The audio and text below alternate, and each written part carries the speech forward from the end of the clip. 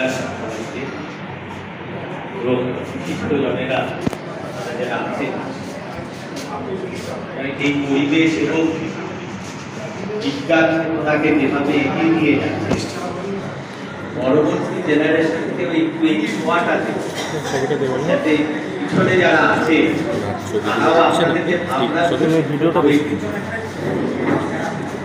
তো সুতরাং এই জায়গা থেকে আজকের যে পরিবেশ মেলা এবং আয়োজন গোবরডাঙ্গা গবেষণা পরিষদ এবং সহযোগিতায় বিজ্ঞান অন্বেষক নদিয়া সেই দুটি প্রকৃতি বিদ্যাশ্রম এবং কৃষ্ণনগর গবেষণা পরিষদ, তাদের যে ভাবনা, সেই ভাবনাটা সুন্দর যে এই পরিবেশ, এই বিষয় বা পরিবেশ এই সম্পর্কে আপনারা যেভাবে সবার সামনে তুলে ধরছে, সেই জন্য আপনাদের নিজেদের জন্য নিজেরা অর্থাৎ মানে এইরকম ভাবনা সাধারণত দেখা যায় এবং যে মূল্যবান একটা বিষয় যার উপরে বলতে বলা হয়েছে সমরবাক্ষী স্মারক বক্তৃতা, আর দীপাঞ্জন আমার ছাত্র দীপাঞ্জন এবং আপনারা যারা এর সাথে যুক্ত সবাইকে কৃতজ্ঞতা জানাচ্ছি যে এরকম একটা বিষয়ের উপরে বলার এবং তার সাথে সমরবাক্ষী সম্পর্কে কিছুটা শুনলে এবং এই মানে শুরু করার আগে যারা নতুন শিক্ষার্থী যারা আছো তাদেরকেও ধন্যবাদ জানাচ্ছি এই জন্য যে তোমরা আসো এবং পরিবেশ সম্পর্কে এই যে ভাবনা, সেই ভাবনাগুলো ভাবতে এবং সেগুলোকে কার্যকরী এবং যেহেতু সমরবাক্ষী স্মারক বক্তৃতা ওনার উপরে বলা, ওনার উপরে খুব বেশি আমি জানতাম, সেই জন্য আমারই ছাত্র দীপাঞ্জন বলেছিলাম যে ওনার সম্পর্কে একটু আমাকে জানা যায়, তার হচ্ছে যেহেতু জানি না সেটা সরাসরি বলা, ও অনেক তথ্য আমাকে দিয়েছে, যে তথ্যগুলো একটু বলবো, তারপরে আমার যে ভাবনা অর্থাৎ হচ্ছে পরিবেশ ভাবনা এবং আমার যে অভিজ্ঞতাগুলো সেগুলো আপনাদের সাথে শেয়ার করব। এবং এই শেয়ার করার আগে যেহেতু যে জায়গায় দাঁড়িয়ে আছি অর্থাৎ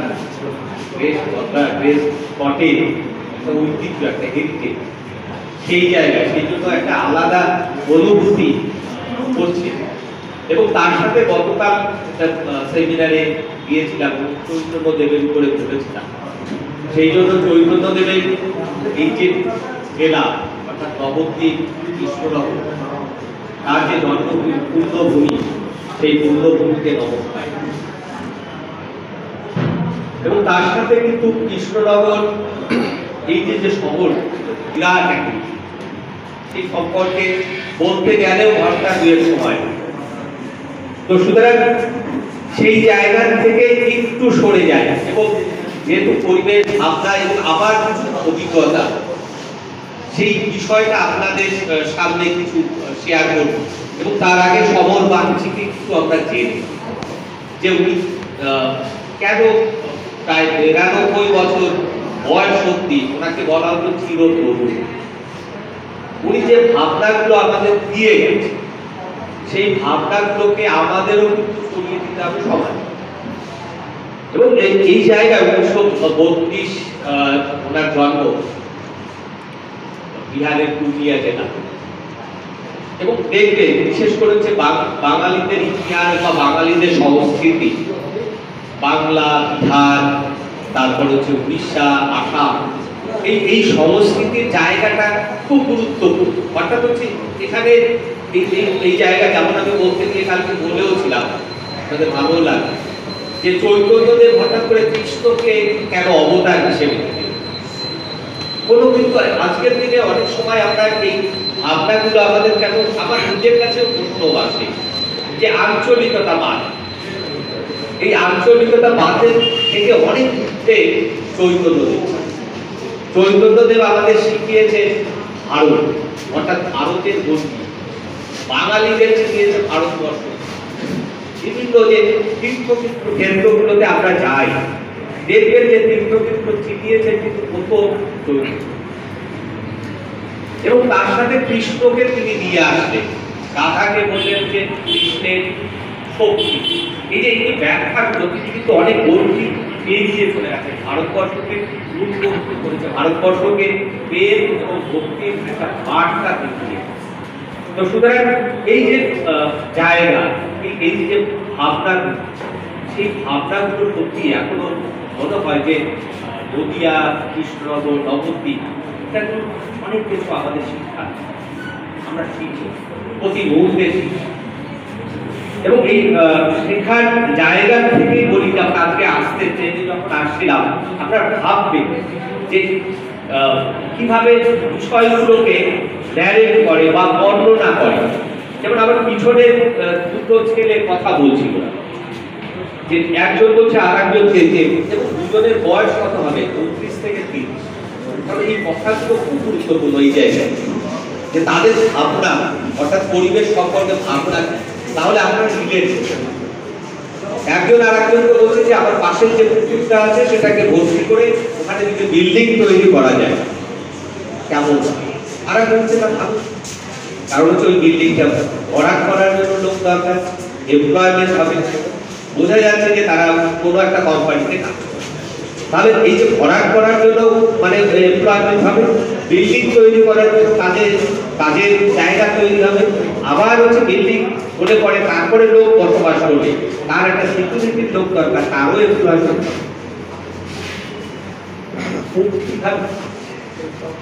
আপনারটা যখন পরিবেশ নিয়ে আলাদা জায়গাটা যে এবং সমরবাবু সম্পর্কে, তাহলে আপনারগুলো কোনোভাবে কি রিলেট করতে পারে? মানে ওই যে পুকুর, ওর যে জীব বৈচিত্র্য, যেটাকে খুব গুরুত্বপূর্ণ, দুটো পত্রিকা উদ্বোধন করবো, যে তাহলে আমরা কোনোভাবে না কোনোভাবে এই জায়গা থেকে সরে যাচ্ছি। এটা কিন্তু আমাদের ভাবায় যে তারা কিভাবে ভাবছে, এবং একবারে মানে আজকে সকালবেলা যখন আসছিলাম তখন, তাহলে তারা ভাবছে যে এমপ্লয়মেন্ট, আমরা ভাবছি পরিবেশ কিভাবে রক্ষা। তো এই যে জায়গাটা, এবং সমরবাবু যে তার যে পড়াশুনো এবং পরবর্তীকালে কলকাতায় আসা এবং মাইন্ডসের উপরে পড়াশুনো করা, তারপরে চাকরি, পরবর্তীকালে চাকরি থেকে করে এসে পরিবেশ এবং বিজ্ঞান দুটোকেই তিনি একটা মানে পরিপূরক হিসেবে দেখছেন, অর্থাৎ বিজ্ঞান চেতনাটাকে ছড়িয়ে দেওয়ার চেষ্টা করছে এবং পরিবেশকেও আবার যাতে রক্ষা করা যায় সেই কথাটা বলছে। তাহলে এই যে পরিবেশ মানে আমাদের পারিপার্শ্বিক যে জায়গাগুলো, সেই বিষয়গুলোকে একটা পপুলার জায়গায় নিয়ে যাচ্ছে, তাত্ত্বিক আলোচনা। আমরা অনেক সময় অনেক সেমিনারে বক্তব্য রাখি থিওরিজের জায়গায় আমি যাবো না, কারণ আমার নিজের অভিজ্ঞতা আপনাদের সাথে শেয়ার করি। তাহলে সমরবাবু কিন্তু সেই রকম একজন মানুষ, তিনি বিজ্ঞান ভাবনাকে একবারে ব্যবহারিক জায়গায় নিয়ে যাচ্ছে এবং ছাত্রছাত্রীদের, বিশেষ করে ছাত্রছাত্রীদের বোঝানো খুব সহজ। যার জন্য যে হিটলারের কথা আসে, দেখবেন হিটলারকে আমরা যত সমালোচনাই করি না কেন, হিটলার যেটা করেছিলেন যে ঐক্যবদ্ধ জার্মানিকে মানে ঐক্যবদ্ধ করে দ্বিতীয় বিশ্বযুদ্ধের জন্য জায়গায় তৈরি করে দিয়েছে।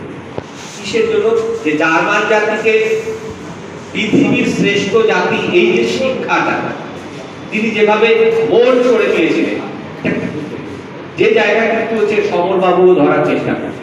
ছাত্রছাত্রী যারা শিখবে, যেমন অনেক ছাত্রছাত্রী চলেও আসে, যে যারা শিখবে এবং যাদের শেখানো যায়, যেমন রামকৃষ্ণ পরমহংসদেবের বিখ্যাত কথা আপনারা জানেন যে দই নতুন হাঁড়িতে পাতে, পুরনো হাঁড়িতে যদি পাতে তাহলে দই কেটে, অর্থাৎ হচ্ছে নতুন হাঁড়ি। তাদের মাথাতে সেই বিষয়গুলো, আপনার ভাবনাগুলোকে সমরবাবু যেভাবে প্রতিটাই তুলে দিয়ে বুঝিয়েছিলেন ছাত্রছাত্রীদের মধ্যে, যে বিজ্ঞানের সচেতনতা কেন দরকার, একবার ব্যবহারিক জায়গা। এবং তার সাথে সাথে আমার পরিবেশ নিয়েও আবার লাগিয়েছিল। এই যে জায়গাটুকু মানে একবার পপুলার জায়গাতে নিয়ে আসছে, যার জন্য ওনাকে আমরা মনে এবং মনে রাখি এবং ওনার ভাবটাকে আরো যদি সামনের দিকে নিয়ে যাওয়া তাহলে আমাদের পরিবেশ মাঝে বাঁধবে আমরা, তাই তো? এই যে বিষয় অর্থাৎ খবর বাবুর যে ভাবনাগুলো ছিল তিনি যেটা দিয়ে গেছেন এবং তার সাথে আমি যে আমার যে ভাবনাগুলো মানে আমরা পার্টিশন বা এই যে ভারত ভাগ এবং পরবর্তীকালে ৭১-এর মুক্তিযুদ্ধ, এই জায়গায় মানে আমরাও আমাদের পরিবার ভাই আছে, ছোট ভাই অফিস করছে, ও হচ্ছে নবদ্বীপ কলেজে পড়ায়। আমরা প্রথমে হচ্ছে কল্যাণীতে এসে উদ্বাস্তু ক্যাম্পে জায়গা তো পাইনি, জোর করে একটা ছোট্ট ঘরে একটা মাথা গোজার জায়গা, কারণ হচ্ছে সব হারিয়ে আমরা মানে ছিন্ন দূর যাকে বলা হয় একটা পরিবার। আমরা ওখানে আসি এবং ওখানে ছিলাম ৩ থেকে ৪ বছর। তারপরে বাবা তার যে বাবা গোষ্ঠী তারা শুনলেন যে ফাঁসি দেওয়াতে তারা আছে, সুতরাং সেই শোনার পরে তিনি এবং আমাদের পরিবার সবাই উত্তরবঙ্গে চলে যায়। তো এবার এই উত্তরবঙ্গে যাই হচ্ছে সেখানে ভাবনাগঞ্জ বলে জায়গা, সেখানে আমাদের প্রথম একটা ঠাঁই হয় মামাদের দৌড়। তো এবার ওই জায়গা থেকে আমরা অনেকটা মানে পড়াই যেটা আমরা এখন দেখবেন যে ঘোরার জায়গা বলে পড়ে, যখন দার্জিলিং এর জায়গা পাওয়া যায় না তখন পড়াই আছে খুব প্রিয় আমাদের বাঙালিদের। কিন্তু এই পড়াইকে আমি কিভাবে দেখেছি সেই জায়গা পরিবেশের জায়গায় এখন কি চেঞ্জ, এটা আপনাদের সাথে শুধু শেয়ার করব, আপনারা অনেকেই মেলাতে পারবেন জায়গা। যেমন বাংলা ভাগ বা যেটা ১৯৪৭-এর পরবর্তী সময়টাকে যদি বলে, উত্তরবঙ্গে কিন্তু সেইভাবে রিফিউজি যে হল বা এদের যে স্কোপ সেভাবে যায়নি। উত্তরবঙ্গে যে রিফিউজি যে ঢেউ কিন্তু হচ্ছে ১৯৭১-এর পরবর্তী সময় আমরা দেখি, যার জন্য যখন আমরা ধামরাগঞ্জ ওই অঞ্চল ধামরাগঞ্জ জায়গার নামগুলো অসাধারণ, যে ওখানে যখন আমরা যাই এবং হচ্ছে মামাদের অবস্থাও খুব ভালো ছিল না, তারাও হচ্ছে দিন আনে দিন। এবার সেই জায়গায় কিন্তু আমার মা এবং বাবা এতটাই মানে পরিশ্রমী ছিলেন, যার জন্য হচ্ছে ওনারা যেটা বললেন যে প্রথমে ১৫ কাঠা জমি দিবে আমরা, এবার তারপরে হচ্ছে ১৫ কাঠা তো জমি দেওয়া হবে, কিন্তু সেই জমির অবস্থাকে যে বেশিরভাগ হচ্ছে মালুয়া, আপনারা জানেন কিনা জানি না, মালুয়া চাষ মানে খুব উঁচু জমি, তো যার জন্য হচ্ছে মালুয়া চাষ মানে কিরকম একবারে ওই ফলগুলো দেখবেন ছোট ছোট ছোট বীজ যেগুলোকে আটা হিসেবে বানানো। তো এবার এই যে মালুয়া চাষের জায়গায় এখন শিখতে পারছি এবং তার পরবর্তীকালে আমরা ধামরাগঞ্জ থেকে হচ্ছে কালুজোতে, এবার এই কালুজোতে যাওয়া এবং সেখানে হচ্ছে প্রায় ২২টা ঘর হচ্ছে ঘর, সবটাই আমার গোনা ২২টা ঘর, যেটা হচ্ছে ২ কাঠা করে জমি আর তার উপরে একটা টালির এবং যেটা হচ্ছে কালুজোত কলোনি নামে, এবং সেখানে আমরা একটা জোর করেই মানে বাবার যে দখল করা, এই যে দখল করা এবং সেই জায়গাতে যে বিষয়গুলো আমি দেখেছিলাম যে মানে মহানন্দা নদীর একবার খুব কাছে, এবার মহানন্দা নদী এবং তার পাশেই হচ্ছে আমাদের যে গ্রাম কালুজোতে, যেখানে আমরা টালির ঘরে খুব জোর করে ঢোকা, তারপরে পরবর্তীকালে পরিবারগুলো আসছে। এবার এই পরিবারগুলো যখন আসলো এবং তার আগে পর্যন্ত আমরা আমাদের যে পরিবেশ সম্পর্কে দেখেন কিভাবে ওই ওই নদীগুলোতে সারা বছর জল এবং জল হচ্ছে মিনিমাম হচ্ছে কোমর জল পর্যন্ত, এবং মাছের কথা যদি বলে যে যে কোনো জঙ্গল একটু পরিষ্কার করলে নির্দিষ্ট হচ্ছে মাছ, বিভিন্ন রকমের মাছ, সে বাইক মাছের কত যায় ক্যাটাগরি মানে আমরা নিজের সেই বাইক মাছ থেকে শুরু করে দুধে মাছ থেকে শুরু করে পাহাড়ি ওই কড়াই পর্যন্ত এবং বিভিন্ন রকমের মাছের একটা মানে বিরাট হচ্ছে এবং এই যে মাছের যে বিরাট একটা জায়গা এবং তার সাথে নদীর জল এবং মানে নির্ভুল বৃষ্টি হলে পরে বর্ষার সময় প্রচুর পরিমাণে কাঁকড়া জমির উপর দিয়ে হেঁটে বেড়াচ্ছে। তো এই যে যে জায়গা এবং তার পাশেই ছিল যে বেতাই, এবার বেতাই খাল বলে, বেতাই খাল মানে হচ্ছে ওই জল যত বাড়তো ধান গাছ ততই বাড়ে এবং অনেকটা হচ্ছে ৫ হাত ৬ হাত পর্যন্ত গাছ ধান গাছ এবং তারপর হচ্ছে ধান। তো এই যে জায়গাগুলো এবং ওই বেতাই যখন হচ্ছে জল কমে যেত তখন হচ্ছে প্রচুর পরিমাণে মাছ এবং যে মাছগুলো আমরা ধরতাম। তো এই যে যে মানে আরেকটা অদ্ভুত এই যে ছোট ছোট যে নদীগুলো যেগুলো দেখবেন আপনারা হয়তো পড়ে ওঠে, অশোক মিত্র রয়েছে পশ্চিমবঙ্গের পূজা পার্বণ মেলা। এবার ওই সংখ্যা, ওখানে তো 4টে সংখ্যা, এবার ওই সংখ্যাগুলো যদি দেখে তাহলে দেখবে যে তরাই এবং দুয়ার সম্পর্কে ওই গ্রামগুলোকে বর্ণনা করে এবং ওই যে ছোট ছোট নালার মতো যে জায়গা সেগুলো হচ্ছে খুব গভীর, অর্থাৎ হচ্ছে অনেকটাই হচ্ছে 4 থেকে 5 হাত পর্যন্ত জল এবং এই যে জলের যে স্রোত যেটা হচ্ছে হিমালয়ের একবারে বললেন নাম হচ্ছে দীপক বাবু যে হিমালয়ের রেঞ্জের জায়গা, তাহলে এই যে যে গভীর যে জল অর্থাৎ হচ্ছে নদীগুলো তো চওড়া, নদী তো না নালা, আর আমাদের যে ওই পাশে যে নদী ছিল সেটা হচ্ছে পিছলা নদী। পিছলা নদী মানে হচ্ছে কি এক ধরনের ঘাট, যে ঘাসে আপনি যদি ভুলেও যদি ওর উপরে পা ফেলতেন তাহলে পরে কিন্তু আপনি পড়ে যার জন্য হচ্ছে পিছলা বলা। এইগুলো মানে এখন আপনি একটাও তো এবার এই যে মানে বৈচিত্র্যর একটা বিরাট জায়গা এবং তার সাথে সাথে এই অঞ্চলে আপনি বালি যদি সরান তাতে মানে জল যে ঝড় না এই যে এগুলো তো আমাদের দেখা মানে আমাদের যে পাড়া যে কালুরত কলোনি যে অনেকটা উঁচু এবং ওখান থেকে তিনদারিয়া বলেন, কাশিয়া বলেন, সেগুলো দেখা এখন পরিষ্কার ছবির মতো সামনে আপনাদের। তো এই যে এখন দেখা যায় না, কারণ কি এতটাই মানে পলিউটেড হয়ে গেছে। শিলিগুড়ি যে উত্থান, শিলিগুড়ি যে এই যে বিরাট বিরাট ইমারত তৈরি হয়েছে তখন চোখের সামনে, কারণ হচ্ছে তখন কিন্তু আমাদের যে ওই 22টা যে ঘর ছিল তাদের কাজ ছিল, কারণ সবাই হচ্ছে ওপার বাংলা থেকে আসা মানুষ, কোনো কিছু নেই।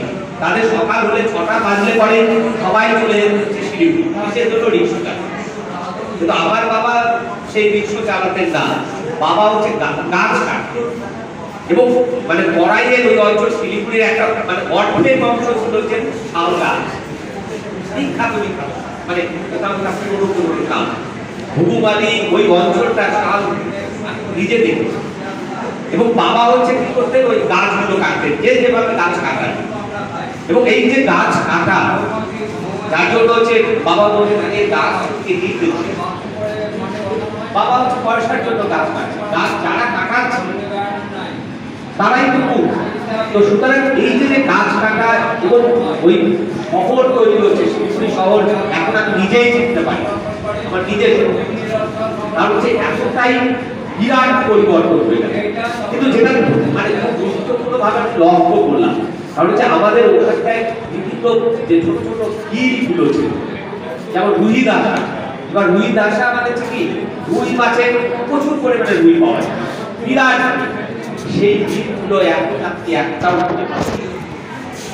সেই যে নদী, সেই নদীতে জল, সেই বালি আপনি যতই করে 1 ফোঁটা জল পাবেন। তাহলে এই বিষয়টার মধ্যে আমরা এই যে পরিবেশ নিয়ে যখন ভাবছি, এটাও তো একটা জায়গা যার জন্য হচ্ছে আপনারা জানেন কিনা দীপেশ চক্রবর্তীর নাম শুনেছেন কিনা, বিখ্যাত আমাদের ঐতিহাসিক, এবং তিনি এখন একটা কাজ করছেন তাকে সিভিলাইজেশন গ্লোবালাইজেশন।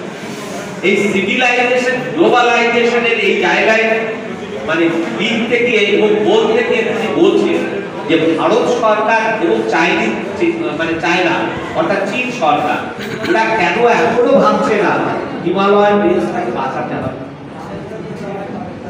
কেন ভাবছে? কারণ হিমালয়ান রেঞ্জ হচ্ছে আমাদের মানে জীবন রেখা।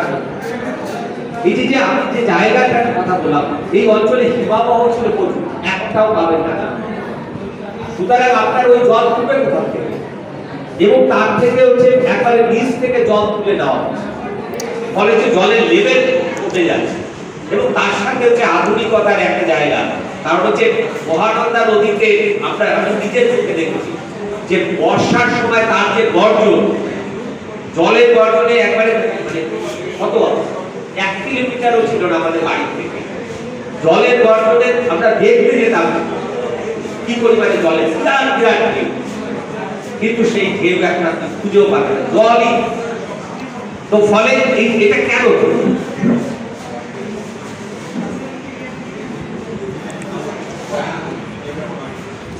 আচ্ছা সময় শেষ হয়ে গেছে। এবার দেখেন এইগুলো অভিজ্ঞতা, মানে অভিজ্ঞতাটা অনেক সময় আমরা বলি কি জ্ঞান। তো এবারে এই মহানন্দা নদীর জল তার হচ্ছে কি আমরা বাইপাস করে দিলাম, পিসটা ক্যানেল তৈরি করে কি করলাম, জলটাকে সরিয়ে দিলাম। এবার জলটাকে সরাতে গিয়ে কি হচ্ছে, পুলটাকেই আমরা সরিয়ে দিলাম। অর্থাৎ হচ্ছে এই যে জল সরাতে গিয়ে নদীর যে গতিপথ, যেটা আপনারা জানেন মনে হয় আব্দুল কালাম যেটা ভেবেছিলেন নদীগুলোকে একবার মিলিয়ে দেওয়া। প্রকৃতিকে কেন আপনি মেলাতে যাবেন? প্রকৃতির মতো চলছে। এবার প্রকৃতিকে যদি আপনি বাধা দেন তাহলে কিন্তু তার রিয়াকশন, এবং যে রিয়াকশন গুলো আছে সেগুলো আমরা বুঝতে পারছি। সেটা কি?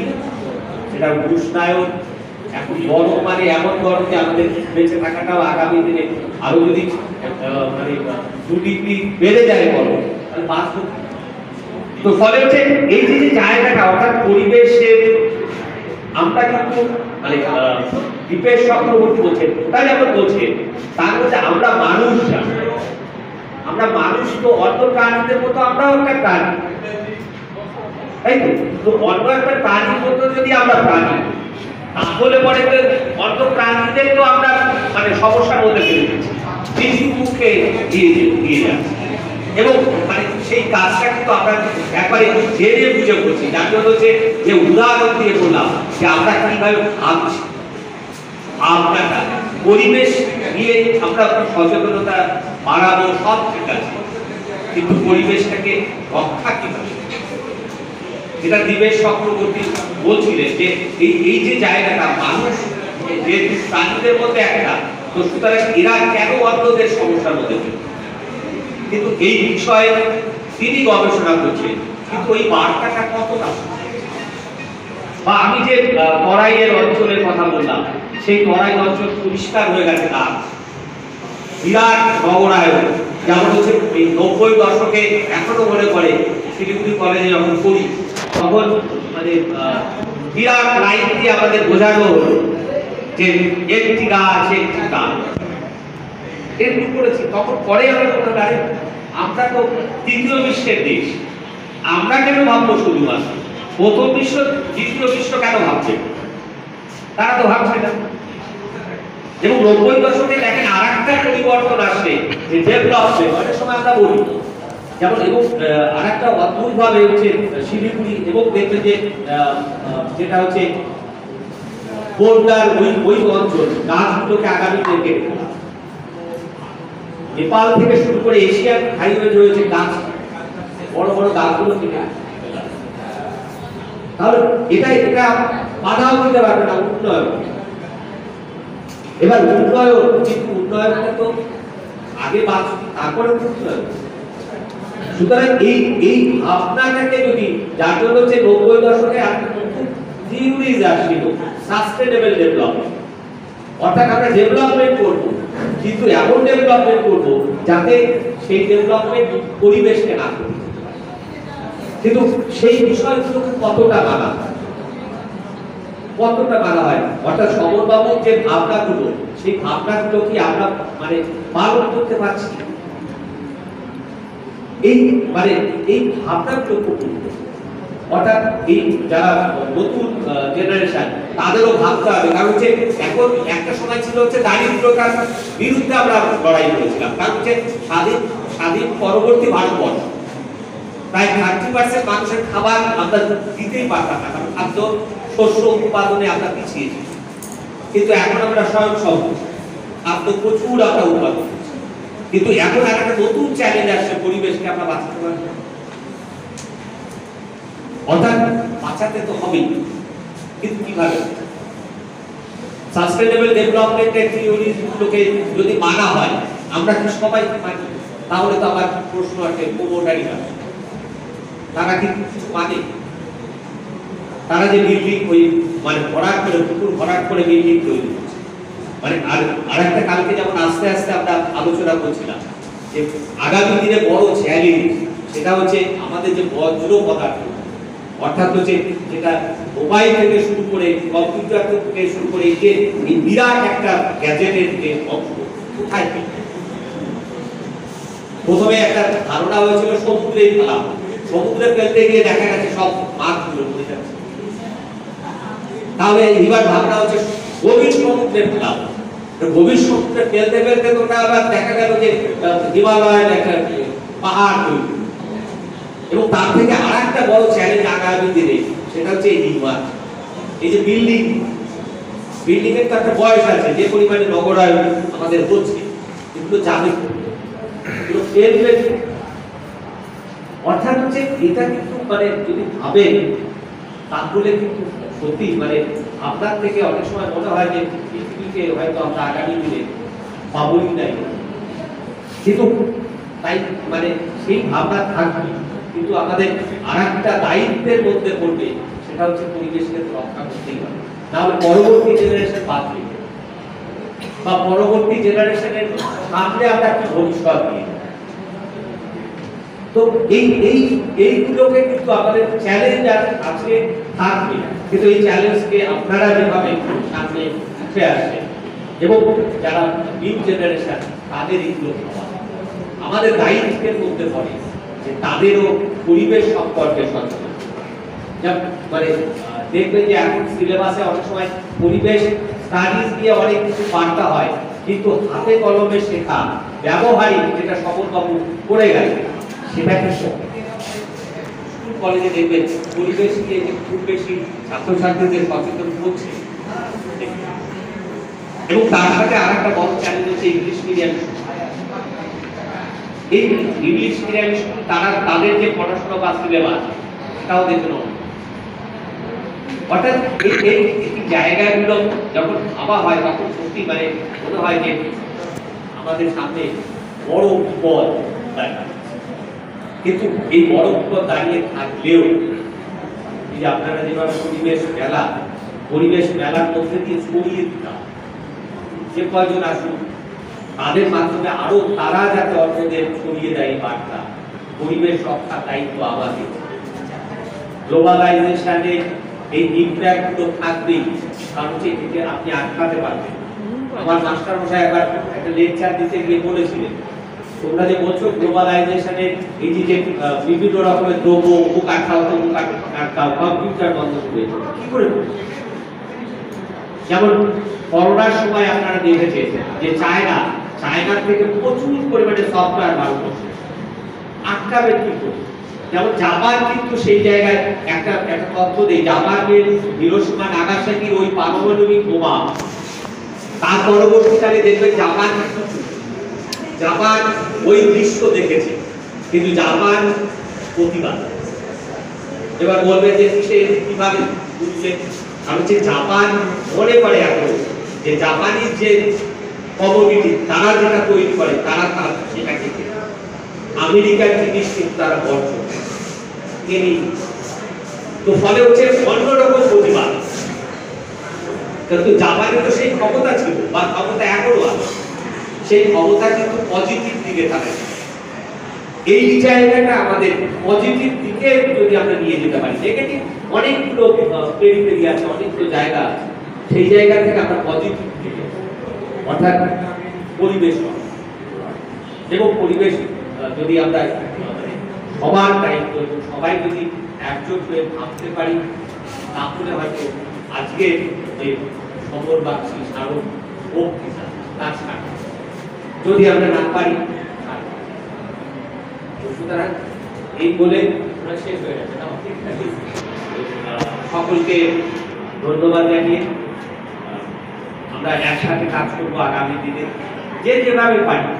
এই মানে আমার কথার মধ্যে যে দুজন মানুষ হয়েছে, আবার তার থেকে এইভাবে ছড়িয়ে দাও, অর্থাৎ হচ্ছে পরিবেশ এটাকেই হচ্ছে এবং এই মেলারও সার্থকতা ওনার যারা আপনারা জড়িয়ে আছেন এই কাজের সাথে আপনাদেরও সার্থকতা সব এবং সকলকে ধন্যবাদ জানিয়ে আমার